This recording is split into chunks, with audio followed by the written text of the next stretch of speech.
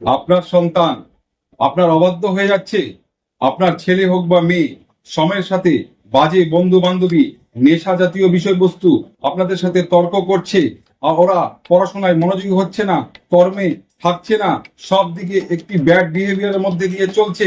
আপনারা খুব দুঃখী, সন্তানকে কন্ট্রোল করতে পারছেন না, অনেক চেষ্টা করছেন।